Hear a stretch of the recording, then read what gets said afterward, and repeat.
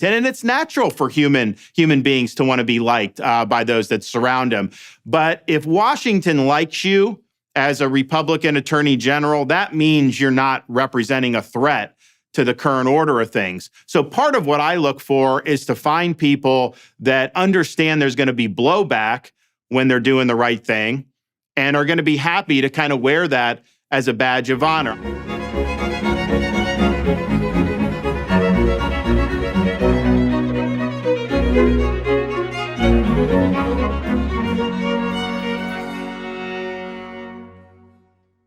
I had the privilege of talking today to Governor Ron DeSantis, who's running for president on the Republican slate. I tried to tilt the discussion more towards the personal. My impression with Governor DeSantis is that he's established himself already as a credible policy advocate and a credible administrator, and that's no small deal.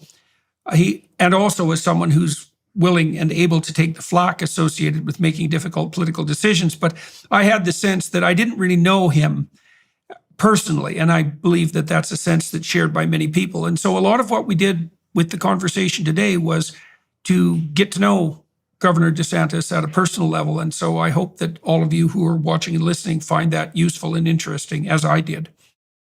So Governor DeSantis, we met, I think it was probably more than a year ago, at the governor's mansion. Now, we had bumped into each other a couple of times at some different speaking events, but never really had a chance to sit down and talk. And we got to know each other a little bit over breakfast. And I was struck by how welcoming the event was and how conversational our discussion became quite rapidly. And I thought I might walk down that road a little bit farther today. You've established a good reputation, or perhaps a stellar reputation already, on the policy side and with regards to general administrative competence. But it's my sense, at least to some degree, that people don't know you as well as they might. And so I thought we might, and that goes for me as well. And so I thought we might try to redress that today. So that's what I'm going to aim at. And we'll take forays off into the philosophical and political direction from that. But that's where we'll focus. So the first thing I'd like to know and to share with everyone who's watching and listening is, where did you grow up? What was your upbringing like? So I grew up most of my youth in a town called Dunedin, Florida, which is on the west coast of Florida in the Tampa, St. Petersburg area. I was actually born in Jacksonville. My mother was a nurse. My father worked for Nielsen TV ratings, which at that time you actually had to install the Nielsen devices on the boxes of the Nielsen families. So that was his job. It took us from Jacksonville to Orlando. And then by the time I was in first grade, I ended up in Dunedin, Florida. So my folks were just working class folks. My dad is from Western Pennsylvania.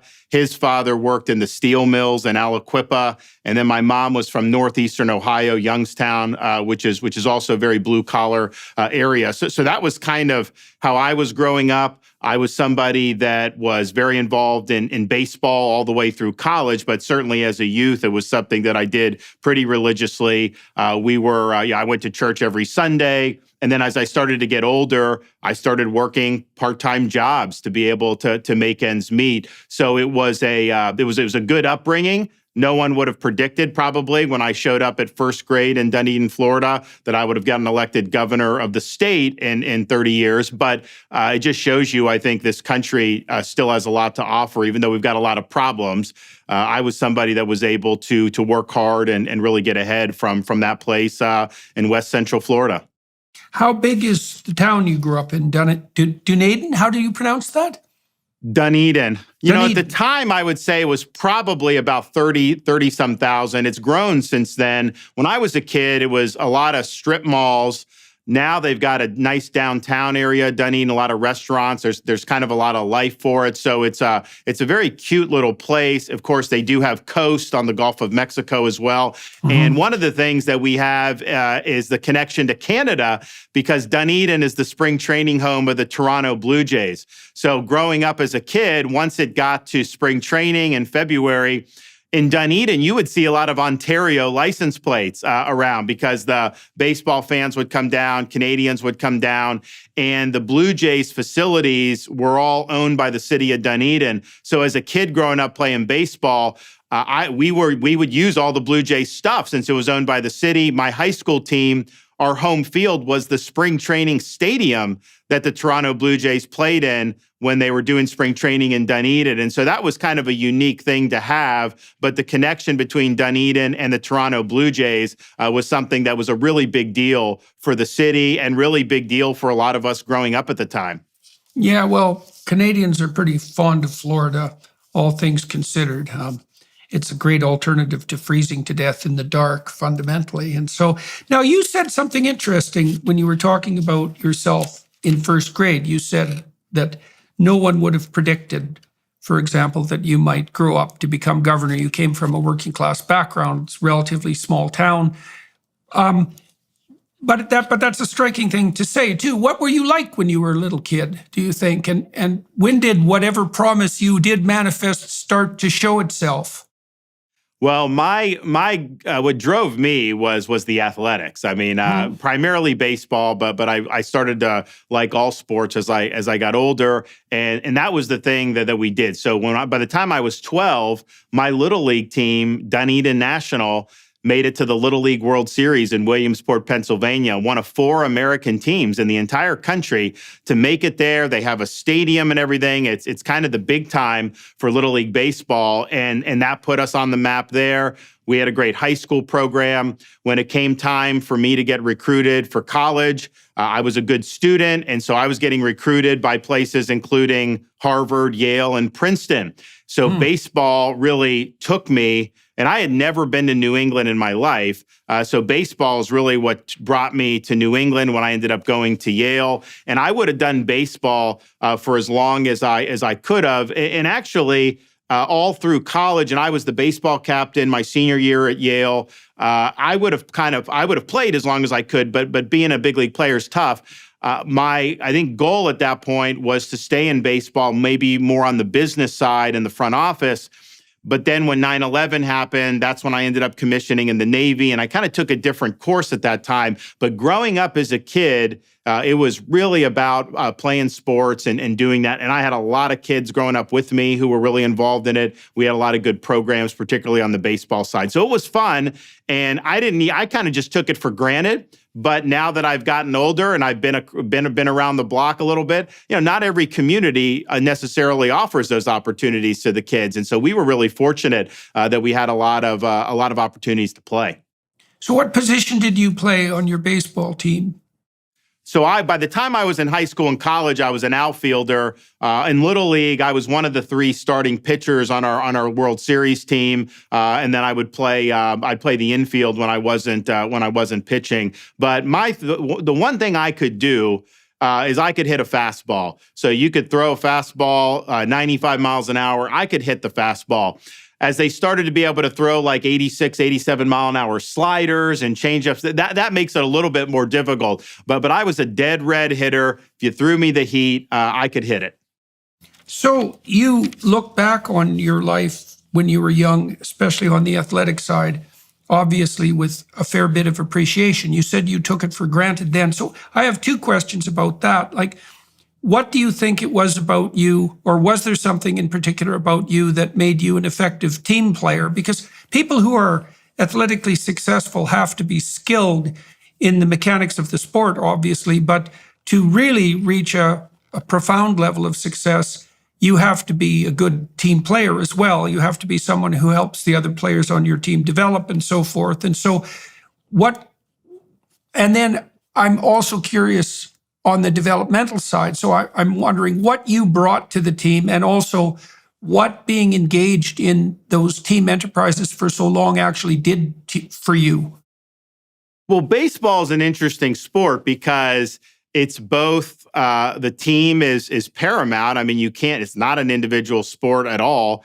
But at the same time, when you're up at the plate, that's just you. No one can swing the bat for you.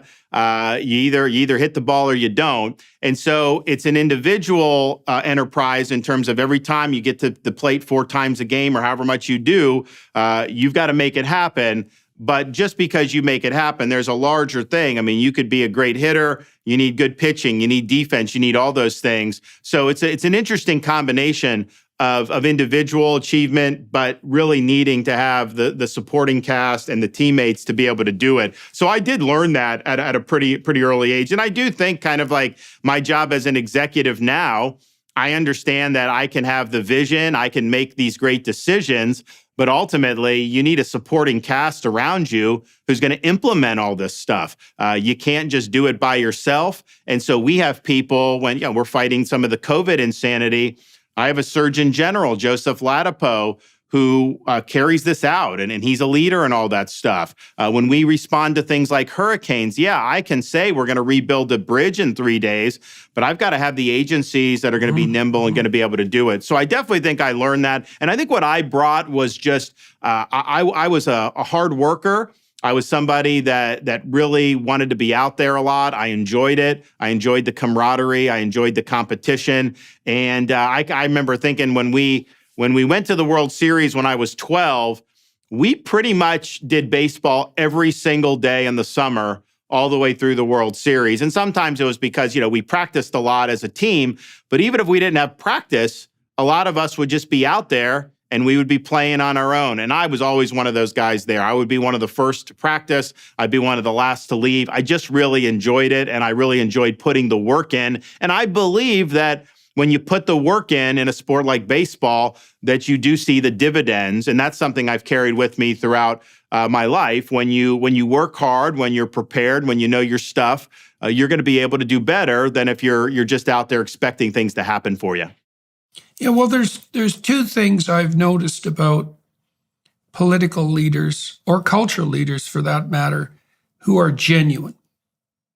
So, politics, media, entertainment, surgery, actually, maybe medicine as well in general, tends to attract a disproportionate number of people who tilt towards narcissism. And people are born with their trait personality somewhat intact, and every different combination of personality traits provides people with certain advantages and certain disadvantages or temptations. And if you're going to be on the political landscape, you have to be extroverted, generally speaking. And one of the things that extroversion, especially in combination with less agreeableness, tilts people towards is a kind of narcissism. And so there's a lot of people in the political domain, media, entertainment, as I said, who are in the public eye, who tilt towards narcissism. But the great leaders that I've seen are people who are very good at listening, who are very good at building teams, and who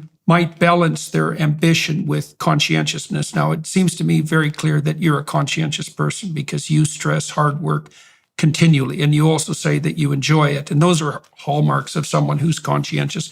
And that's a very good trait personality predictor of long-term success. It's the best predictor after general intelligence. But the team building thing really interests me because that's something that's crucial, the ability to build a team and to provide opportunity to people and to give them responsibility instead of keeping everything for yourself is definitely one of the things that distinguishes narcissistic people from genuine leaders. And so I've seen political leaders who are confident enough to surround themselves with people who are even more competent than them, right? Which is a risk, because if you surround yourself with people whose lights shine brighter than yours, at least under some circumstances, then that brings with it the risk that you're going to seem rather dim in comparison. And so what I'm curious about the mechanics of how you go about building a team, how you've done that in Florida, and what you think you might bring to bear if you were in Washington. I read a fair bit about Donald Trump's first year in office, and it was definitely the case that it was hard for him to build a functional team. Now, I don't think he really expected to become president, so a lot of that was thrown at him or dumped on him, although he obviously put his hat in the ring. But I'm very curious about how you go about building a team, because obviously building a team on the federal level is an unbelievably difficult job. And if it's not done right, then, well, all hell's going to break loose. Yeah, I mean, well, first of all, my view is what Ronald Reagan said. There's no limit to what we can accomplish if you don't care who gets the credit. So I'm not out to get credit. I think when you deliver results, I hope that the other people get credit. I don't need the credit. And in fact, when things don't go as well, one of the things a leader has to do is say, okay, I'm responsible for that. So there are times, and I think you can't be a really good leader if you try to micromanage anything. I mean, you've got to set the vision, set expectations, and you've got to give people the opportunity to do it without you picking at them. And that's the only way I think you can really do well. The flip side to that, though, is that sometimes when you delegate like that, the job doesn't get done, and people may do things that are not in line with the vision. And so what you just have to be able to do is you just have to take the necessary action to correct that. Sometimes you got to replace personnel, sometimes just internal course correction. But I think it's important that you praise the people that are working for you in public and you censor in private. I don't believe in throwing people under the bus. I think they got to know that you're going to have their back.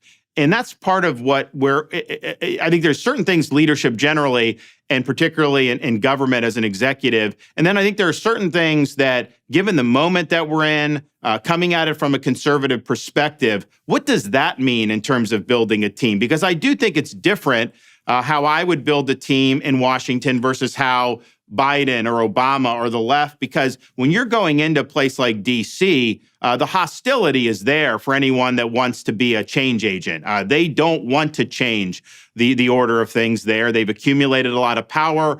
They're really invested in the status quo. So if you take an agency like the Department of Justice and you want an attorney general, any attorney general on the conservative side that's going to go in there and actually clean house, Washington is not going to like you. You are going to get hit by the media. You're going to get smeared by the Washington Post and the New York Times. And so you just have to understand that. And what about your internal makeup? What is your internal makeup? Are you somebody that realizes that's positive feedback, that you must be over the target? Or are you somebody that wants to be liked by official Washington? And it's natural for human beings to want to be liked by those that surround them.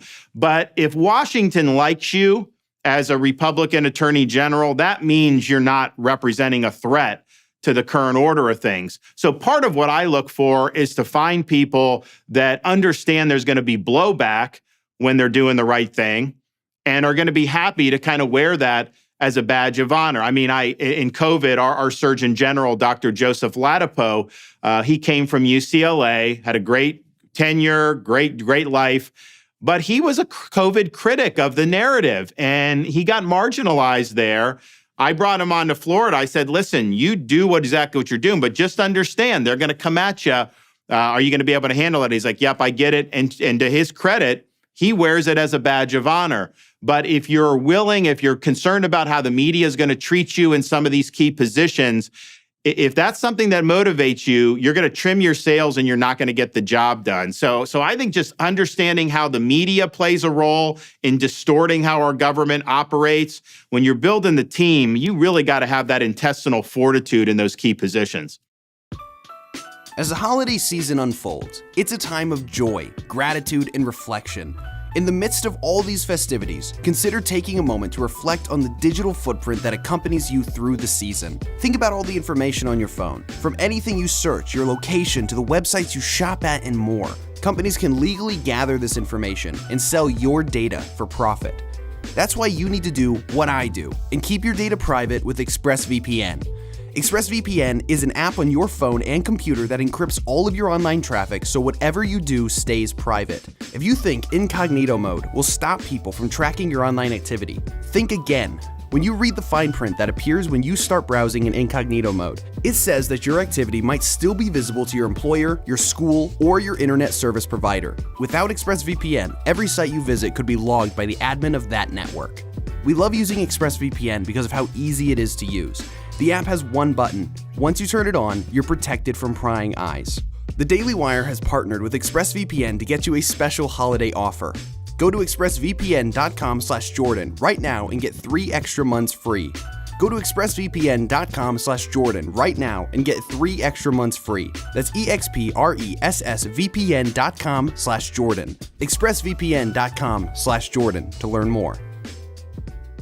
So how are you able to resist the temptation to be liked? And how do you tolerate the stress that comes with the attacks that are inevitably going to mount, some of them reasonable and some of them not so reasonable?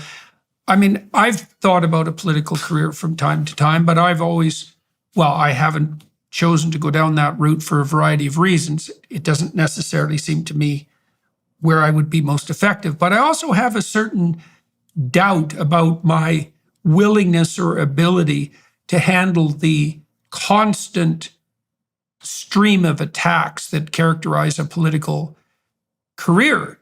And so I'm curious about how those sorts of attacks do affect you. I mean, one of the cardinal personality traits is neuroticism, and that's the proclivity to experience negative emotion. And it's a stress tolerance dimension. And I'm not exactly sure that I have the capacity to tolerate stress in the manner that might be delivered on the political front. Now, you've certainly taken your fair share of heat, and you said that you're trying to surround yourself with people who are capable of tolerating that and who are also not necessarily looking to be liked. So how do you manage that on the personal side of things? And how do you, what would you say, buttress yourself and reinforce yourself, say with regard to your family relationships and your friendships, maybe your business relationships for that matter, so that you have people around you that help you withstand the storm?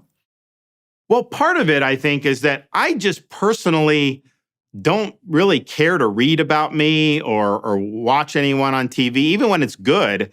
It's just not something that I'm interested in. I'm much more interested in other things. I don't need to be hearing about me. I mean, people, there are times when I'll get something nice written, or they'll be like, "Oh, did you see this and this?" And I'm like, no. I'm not fishing for compliments either, but I just know it goes with the territory. It's just something that you're going to do, especially when you take on certain sacred cows. You can just guarantee, and you just see it. For example, this is a relatively small example, but I've been watching what's going on in D.C. with the Fed and this whole idea of a central bank digital currency. I think that's very dangerous. So I in Florida this past year, I said, okay, in Florida, we're not going to recognize that, because if the Fed does it unilaterally, I don't even know if they have the authority to do that. And I started to say, well, it'll violate your privacy. They want to get rid of cash, crypto, all this stuff.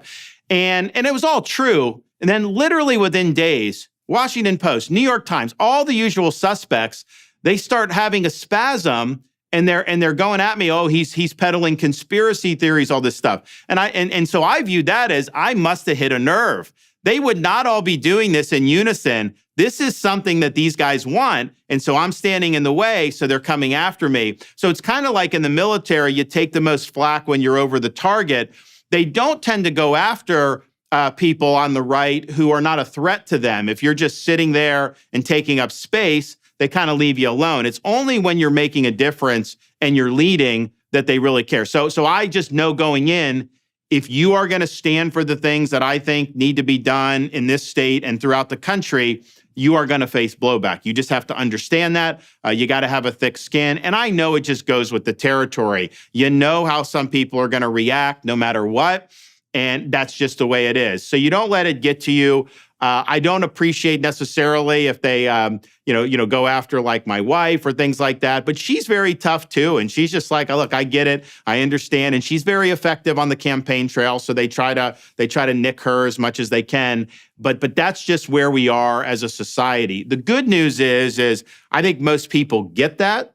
I think most of the attacks fall flat, because they understand this is just part of the process. And Florida, we show a good example, because as governor, I got attacked more than any governor in the country, and yet I won the biggest victory that any Republican has ever won in the history of the state in a governor's race in 2022. So what that tells me is there's a lot of garbage that gets circulated out there, but the public knows a lot of what goes on in the media is deceitful one way or another. And I do think when you're just out there standing for and speaking the truth, I do think it permeates through the fog of deceit that our society has become mired in. All right. Well, it is interesting reversal to view the most vicious attacks as indications that you're actually on the right track. I mean, obviously that isn't an unerring guide, but it's an interesting guide. And it's also an entirely different psychological take on the issue, right? Instead of being concerned about the fact that you're drawing negative attention and taking that personally, you said that you're using it as an indication that you've actually struck to the core of something that matters, and that that's actually a positive sign rather than something that's negative. So that's a useful thing to have in your back pocket. So let me ask you a little bit. Let's go back again to your early life, and I'm very curious, always curious, with regard to the people that I talk to, how their interests develop. Now, you stressed a fair bit. You stressed your athletic interests a fair bit, and we talked already about the influence that had on the way that you conduct yourself and how you build teams. But I'm curious too, when did your first of all, like, would you say that your interests are primarily political and pragmatic, or are they more philosophical and metaphysical with regards to your conservatism? Because conservatives can be very pragmatic and detail-oriented, but they can also take a more philosophical tack. And I'm curious about which side of that you might place yourself, and then also on where your intellectual and political interests, how did they first make themselves manifest when you were a young person? Well, I think it's interesting because clearly when you're actually in a position of executive authority, you have to have a certain level of pragmatism because there's different things that come up and you've got to be able to improvise with new situations. Now, you bring to that, I think, ideally a solid philosophical foundation that you're able to parse things through. But for me, so when I got to college, for example, I didn't even know colleges were liberal at the time. And especially like a place like Yale, I guess I thought like an Ivy League school, everyone was going to be wearing like a suit and tie and everything. I thought it was actually going to be more conservative in terms of that. Well, I got there, it was a rude awakening. You're in the classroom, a lot of aggressive leftism. So what I gravitated towards was a real good history, Western civilization, but I think with an emphasis on the founding of America, because I think that there was a lot of the Western tradition that fed into what the founding fathers did, both during the American Revolution and when they created and ratified the U.S. Constitution. So I started studying all those key sources. I became very well read in things like the Federalist Papers.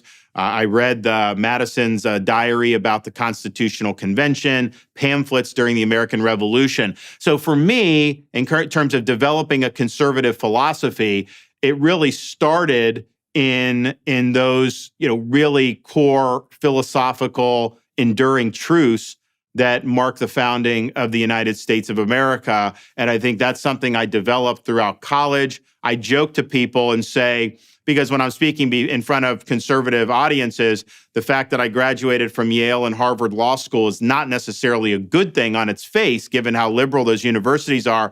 But what I tell people is I'm one of the few people that got through both Yale and Harvard and came out more conservative than when I went in. That's not easy to do, but I think part of it is because I was gravitating towards things that I think really, really mattered. I was not doing ideological studies. I wasn't doing some of the flim-flam that you see in modern academia. I was doing things that I was learning about ideas that have really stood the test of time. What did you study specifically at Yale? What was your undergraduate degree? History. History. And then at Harvard, you studied law. Okay, so now you came from a working class background. And, I grew up in a small town in northern Alberta and in a working class background. And when I was young, 14, 15, I got attracted to more left ideas, I would say, especially because of people I'd met, I suppose, who were deeply involved in the labor movement. And at that time in Canada, particularly in my home province, most of the people who were on the political left were actually involved in the labor movement and actually genuinely involved. I mean, there was, the fair share of narcissists on the left then as there is now, but a lot of the people, especially in leadership positions, had gone through the working class ranks and had been labor leaders.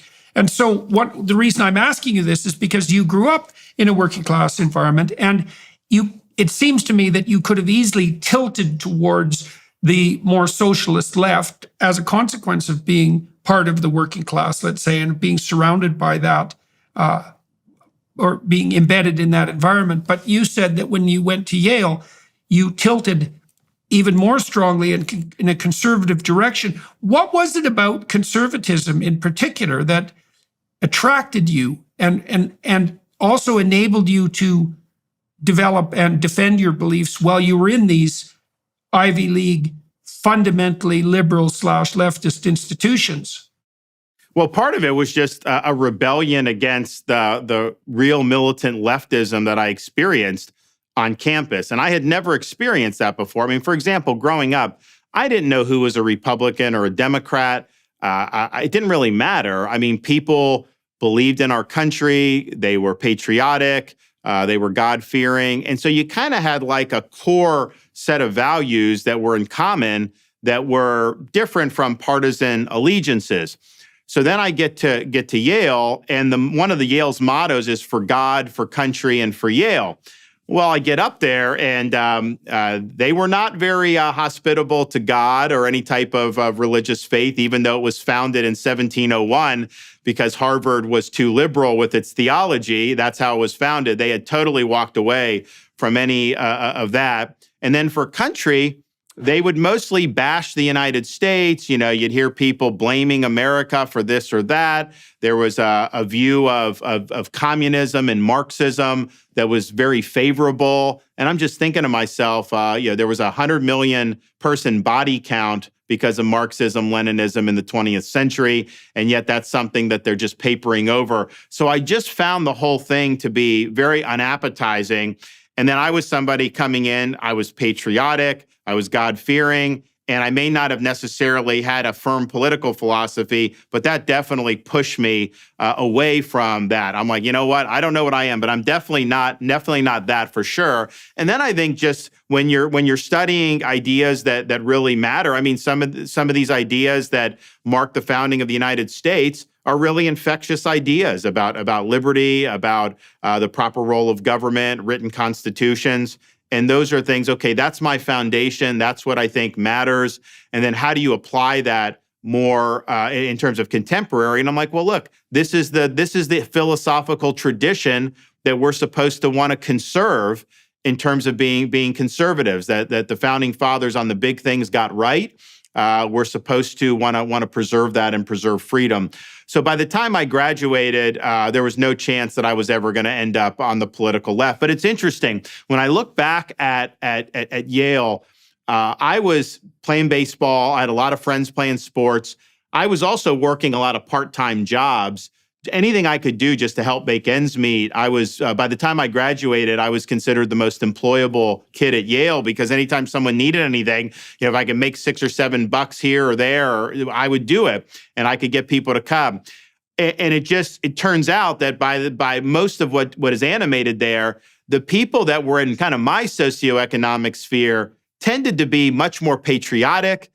Tended to be, and I don't know if I viewed it this way at the time, but tended to probably be more conservative, whereas a lot of the anti-Americanism and the militant leftism tended to be driven by a lot of the trust fund kids that had grown up in a lot of inherited wealth. And I don't know if this is their way to just rebel, but there was definitely a very wealthy tilt towards the people that were on the far left. And maybe that was my first introduction to kind of left-wing elites that are advocating these things. Now, they didn't always want to live by what they were advocating, but they did strongly advocate for those left-wing positions.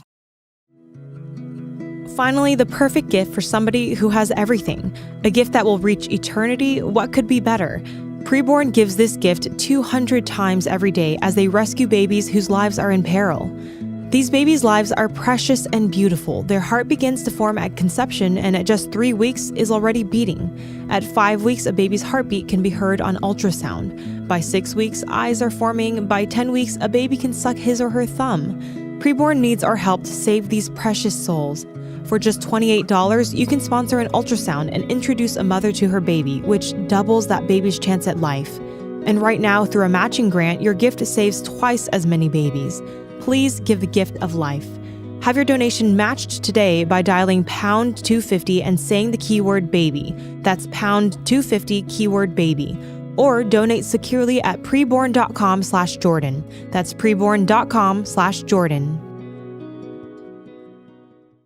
Yeah, well, one of the things that I noticed about the more activist types because I taught at Harvard for a while, at the Ivy League institutions, was that there was a sense of wanting to have too much. Like, it was just too much for me to see when I went to Boston, that you had young people who were simultaneously in a position to place themselves among the eventual elite of the country, which is what's really laying at your feet once you're in an institution like Harvard or Yale, and who also wanted to accrue all the moral benefit of being allied with the oppressed.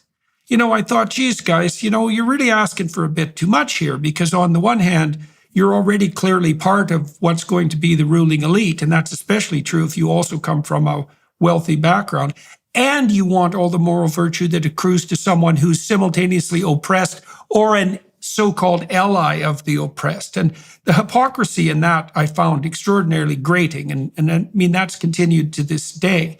And so what do you think that the founding principles of the United States have to offer to working class people as an alternative to the utopian vision put forward by the radical leftists? I mean, hypothetically, communism and these terrible systems that emerged in the 20th century were aimed at the working class, right? Workers of the world, unite. You have nothing to lose but your chains. It turns out the chains you're going to be put in by the radical leftists are a lot thicker than the ones you abandoned, but we could leave that aside for the moment. Why do you think that you found the principles on which the U.S. was founded more attractive, and particularly what makes them more attractive and useful to people who are genuinely of a working class derivation?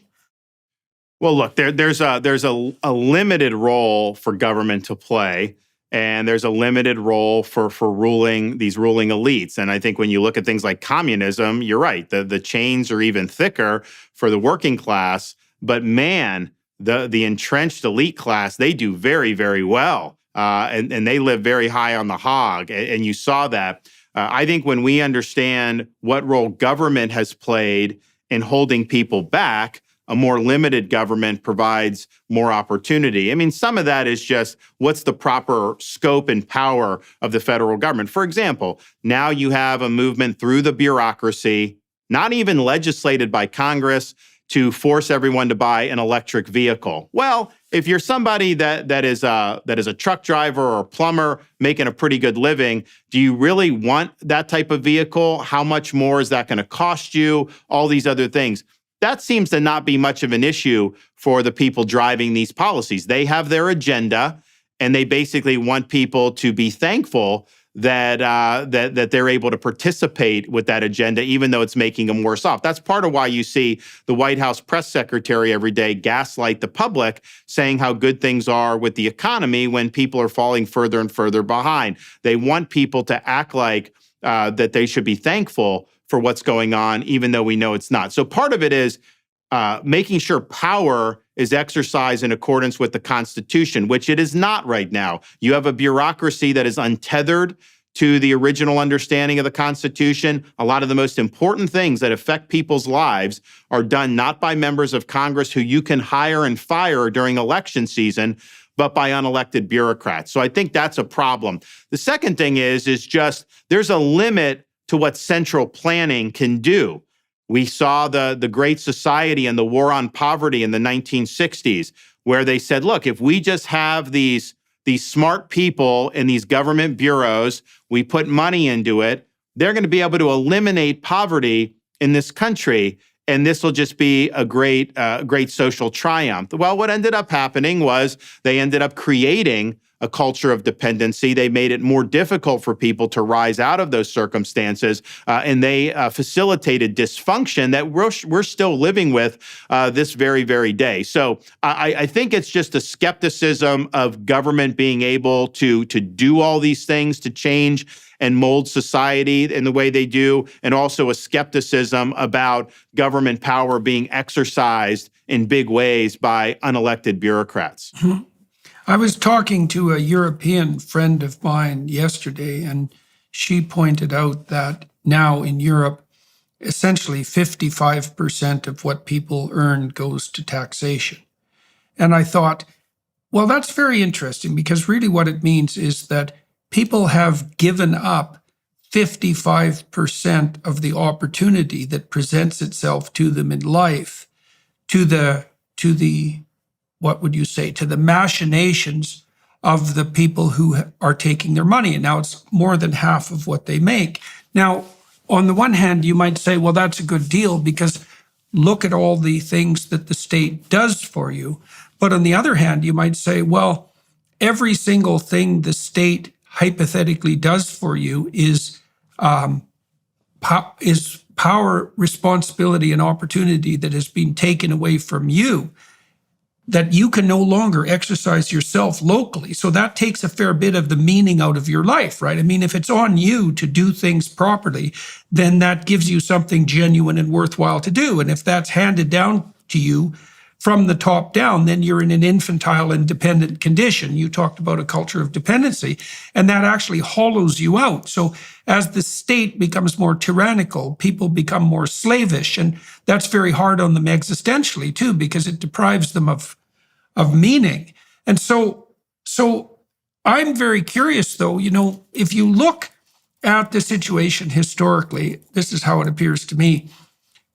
People who promote limited government in principle and who want to devolve responsibility back to local citizenry in keeping with their abilities go to Washington, but the bloody government keeps growing hand over fist regardless. And it doesn't really, if you look at the historical data, it doesn't really seem to matter that much whether it's the Republicans or the Democrats in control. The state just grows and grows and grows and grows at 3 to 5% a year, and no one seems to be able to trim it back. And so have you had any success in doing so at the local level in Florida? And what have you learned, apart from the fact that you have to take flack if you're going to attempt it? What have you learned about how the proclivity of gigantic organizations to keep growing can be managed? Well, we've eliminated 2 agencies since I've been governor, and our cost per state employee is the lowest in the country per capita. And we have either the lowest or close to the lowest number of state employees per capita anywhere in the United States. And it's interesting because when the people flee New York to come to Florida, one of the first, in New York's budget, by the way, we have millions of more people than New York State does now.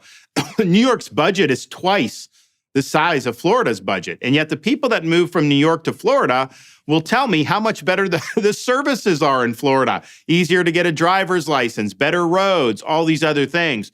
So it is just a fact that a lot of the government is just not necessary to actually perform the core functions. So, and in Florida, we've actually, even though we've cut taxes, we've run surpluses, we've paid down almost 25% of our state's debt. Now, we're proud of that, but I understand the power is much more entrenched in Washington, D.C. I think it is the case, and I think you're right that it's grown regardless, but if you think about it, we've probably had one administration since the Great Society who actually wanted to reduce government, Ronald Reagan.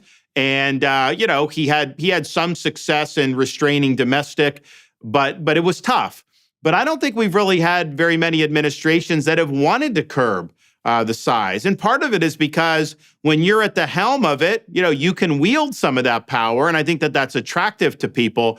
But I would be one that would say we have both too big a government in size, and maybe even more importantly, too much government in scope. So even if you cut the government by 50% of the employees, if the government would still be getting involved in things through the regulatory state that are far beyond the current scope, that would still be a problem. So I think you've got to tackle both. What you need to do is when you get in there day one, you have to have all the personnel ready to go for ratification, confirmation in the Senate. That's hundreds and hundreds of people on day one need to be ready to go. 2, all the executive actions you're going to take, executive orders reversing the previous, that's got to be ready. And then the legislative roadmap's got to be ready with the key members of Congress. And day one, you just got to go. Now, you have a lot of leverage that you can use under Article 2 of the Constitution vis-a-vis the bureaucracy. There'll be a lot of things that we're going to do. We've previewed some of it. We may do a larger rollout here in the next few weeks. But suffice it to say, there's a lot of authority and leverage that presidents have not used in the past that we would use both to limit the scope and to downsize the government. So let me ask you some specific questions, and then I'll close with some general questions. You said that you reduced 2 departments, eliminated 2 departments in Florida. And I was curious earlier when we were talking about managerial strategies, how you go about trimming and firing. I mean, these people whose livelihood you're planning to eradicate have devoted their lives to their service to their country. That's one way of thinking about it. And it's a very difficult thing to handle, decreasing the size of an organization. So how do you justify that morally, let's say? And how do you go about it practically so that it's actually implementable and works? I mean, obviously, you haven't got enough kickback in Florida to have had the government shut down by widespread strikes, for example, or rebellions at the administrative level. So how have you managed that, and what makes you think it could scale? Well, I think Florida, we've just been fortunate because it's actually been hard to keep people to want to be working in the government because we have a good economy, 2.8% unemployment. People have opportunities. A lot of times in some of these agencies, people are making a sacrifice to be able to serve. Some of them could be, particularly at the higher levels, could probably make more money in the private sector. So we were very confident that there would be opportunities in the state of Florida. That really, I don't think, was as significant of a driving factor. And then you do have sometimes so for example, I've said federally, get rid of the Department of Energy. It's not been effective, all that. Now, there are functions in that department that were being done before the department was established in the late 70s and would still need to be done. So some of those, like for example, with nuclear, used to be under defense. And so sometimes when you're reducing a bureaucracy or eliminating a bureaucracy, there may be some functions. For example, the Commerce Department. We've said, let's get rid of that. But you have to do the census, and there's certain things you have to do. So some of that will be to reassign. Others will just be to eliminate. But yes, in fact, if you think about some of the things that we've had to do in Florida, because our prisons, it was hard to get people to serve as prison guards. It's not a great job. The pay was too low. They could make more working at Walmart or some of these other places. So we actually did a big concerted effort to be able to give bonuses and higher pay for corrections officers. And we've been able to do that pretty well, but we still have more ways to go just because there's a lot of opportunities in the economy right now in the state of Florida because our state's growing. Let me ask you this question. Are you at peace with the mindless screen time you spend on your phone every day? Are you gaining that higher quality of life you know you desire? If this sounds familiar, I have good news. Starting on January 1st, tens of thousands of men all over the world will start 2024 with a 90-day journey together in search of a more purposeful life. It's called Exodus 90, and it was built to help men enjoy the freedom of becoming who they were truly made to be. Exodus 90 guides you in removing the attachments that are holding you back from a better life, and it actually works. Independent research shows that Exodus 90 men report considerable shifts after the 90 days. A dramatic decrease in time spent on their phones, stronger satisfaction rates in their marriages, a more meaningful relationship with God, and true brotherhoods of men on the same path. For the past 8 years, Exodus 90 has helped more than 100,000 men build their own roadmap for living with virtue in a culture that offers far too many paths to self-destruction. So, is it time for your Exodus? We start January 1st. Find resources to prepare for Exodus 90 at exodus90.com/Jordan. That's exodus90.com/Jordan to start your journey.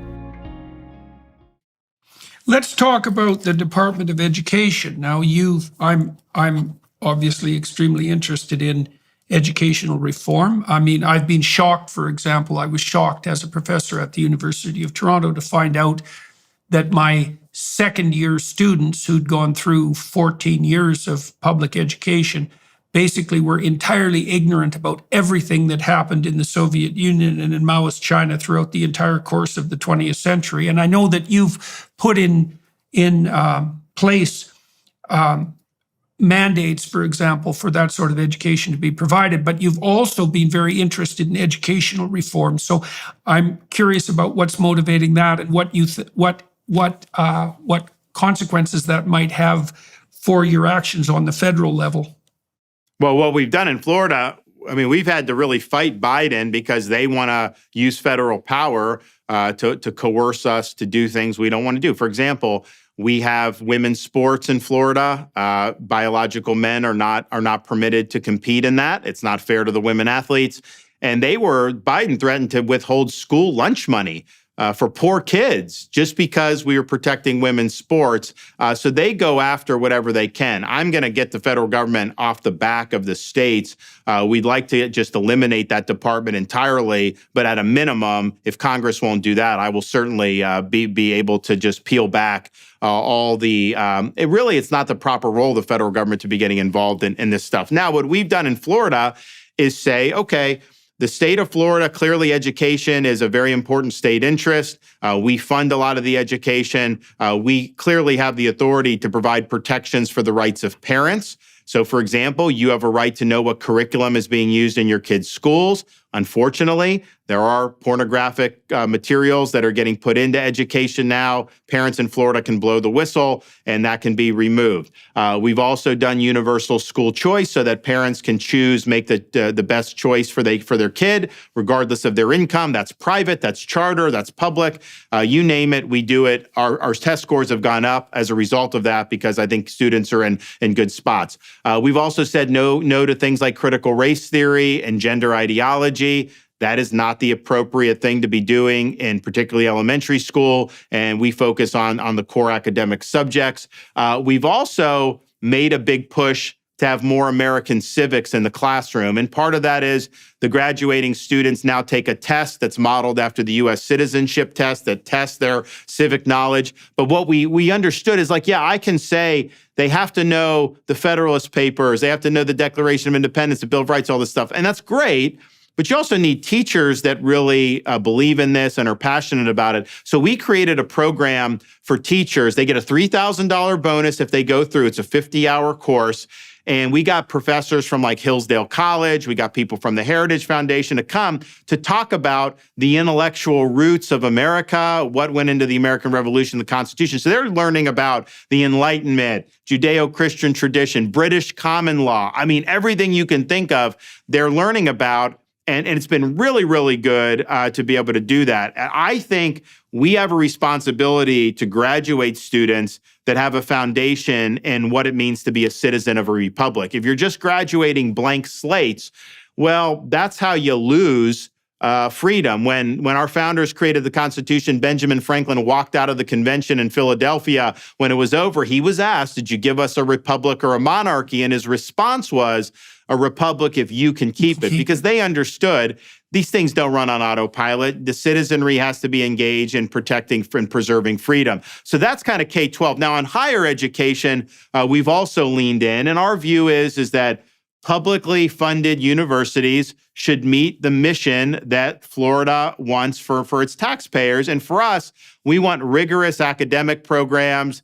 We want to prepare students to be good citizens. We want the pursuit of truth. We don't want the university to be hijacked to focus on ideological indoctrination. So we've done things at like New College in Sarasota, where I appointed 7 conservatives to a small liberal arts college. They've now taken that more of a direction like Hillsdale College in Michigan. And the applications are booming because there's a hunger to have academics focused more on the meat and potatoes of what academics used to be rather than a political agenda. And then we're doing the same thing like the University of Florida. We now have a Hamilton Center for Public Policy where you're bringing in professors that don't align with leftist orthodoxy, who are be able to present more of, I think, a balanced take on things, give students access to views that are not necessarily the politically correct, approved views that marks academia. So that's been really exciting too. But my view is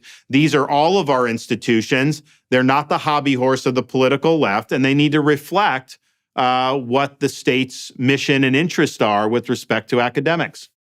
So I'm going to ask you a couple of questions to close, if you would. The first is, what have you done right and wrong on the campaign trail? What challenges do you have ahead of you on the campaign trail? What are you hoping for with regards to your campaign over the next year? And then more specifically, what are you hoping to accomplish with your forthcoming debate with Gavin Newsom, the governor of California? Well, I think it's actually, they're kind of related. I mean, I think that, when in a presidential campaign, a lot of this is trying to generate information flow to the voters. And in a nationwide thing, things like the corporate media, unfortunately, matter more than maybe in a statewide election. Even a state as big as Florida, I really could dominate the discourse as governor. I could go to the markets, these local markets, and do that. When you're talking about a presidential campaign, I mean, it's just day after day, the media churn, narratives. And so we knew from the day I won re-election in 22, I was a marked man. We knew they were coming after me. We knew they did not want me to be the nominee. That wasn't necessarily surprising. But I do think that doing what you can to get into that flow in ways that are going to be present for voters is really, really important. And I think we've done a better job of that more recently in the last few months than we did in the first month or two of the campaign. And that's kind of the thing with the Newsom. He said he wanted to debate me. Hannity asked me to do it. Some people said, well, Newsom, we know he wants to run, but he's not actually running. So why even give him that platform? And my view is this is going to give me 90 minutes on national television to be able to articulate why conservative policies have worked in Florida and why they can work nationally, in contrast to the failure of California and how Biden is failing and how more of that would lead to an acceleration of the country's decline. So that's going to give me a good opportunity to be able to reach these voters in ways that'll be meaningful. So that's different in a presidential than would be different in these other campaigns. You just do. So we're going to be mindful of that. Now, I do think if you're out of a primary context, the liberal media attacking you, I think, does help you with Republican voters because they'll get defensive. When you're the nominee, they'll say, wait a minute, they're coming after our guy. And there is a rally around the flag effect because conservatives just have no trust in the corporate media at this point that you do have that. In the primary, it's a little bit different in terms of how all that shakes out. But definitely, I would say that just the role that media plays and being able to get in the information flow is a really, really thing. And of course, there's some people that can dominate that in ways that other candidates can't. So you said that your strategy has shifted to some degree in the last few months and that you think it's become more effective. So maybe you could elaborate on that a little bit. So what we've done really, I think, probably since the end of the summer is get involved in as many different media opportunities as possible. I didn't really do a lot of the corporate media as governor because I didn't really need to, and I knew they were just trying to distort everything. We now do that. I mean, I've done liberal shows. I've gone on all that stuff, and we're going to continue to do that. I think you just get better churn when you're doing it. What I've also, though, noticed is we've spent a lot of time in these early states, particularly Iowa, which is the first contest, the Iowa caucus. And when you're on the ground there, and we visited 98 of 99 counties, I'll finish the 99th this coming weekend, you do get good information flow with the local media. And that's the thing. It's like you could be in an area, you get a couple hundred people to come see you, and that's important. And when they come see us, we're able to shake their hand, answer their questions. We win them over. But, it's whatever the media is then putting out to the community, that's really what's going to be more influential. So we've gotten in and we've done a lot of that. And I think that's been effective. And we've been able to really build a big base of support in Iowa. And when you're in a caucus situation, it's going to be cold. You got to show up at night on a weeknight, and you got to be there for 2 or 3 hours. And so that takes a commitment. It's not just mailing in a ballot. So generating the type of people that are really true believers that you know are going to show up is key. And we've created a really good base of support there. Well, Governor, I know you're on a tight schedule and we have to wrap this up. There's endless numbers of other questions I would like to ask you. I guess the last thing I would like to know from you, I suppose, is what makes you think that you, among the Republican contenders, are in the best position to be put forward as the Republican candidate for the next presidential election? Few reasons. One, I have a demonstrated record of fighting for people. We've had a lot of Republicans over the years that basically just cave at the first sign of opposition to the media. But I'm also somebody that when I fight, I win these battles. And yes, win the election. We want a historic victory in Florida. We'd be able to beat Biden nationally without question.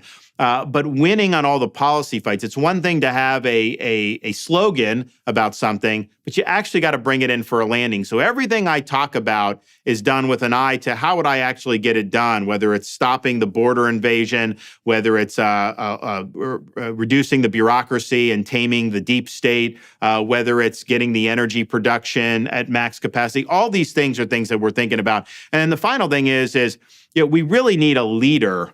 And you need leadership, and that's what we've demonstrated. And leadership is about doing the right thing when it's not easy. When the wind's at your back, that's not really a test. But when you have the wind in your face, when people are coming at you, are you going to stand for what's right, articulate that vision that people can rally around, or are you going to kind of scurry off into your little cubby and hope that you don't get hit with any incoming? And I have a demonstrated record of leadership, so people can know that with me as the candidate for the Republicans, when I get in there January 20th, 2025, we're going to get all of this done, and we're going to have 2 terms to do it. And the country's going to be in a much better position. That winning the election is important, but then delivering on the promises, that is the missing ingredient. That's what we need to get done, and that's what I represent. Well, thank you very much for your time today, sir. It's much appreciated. It was a pleasure to get to know you a bit more.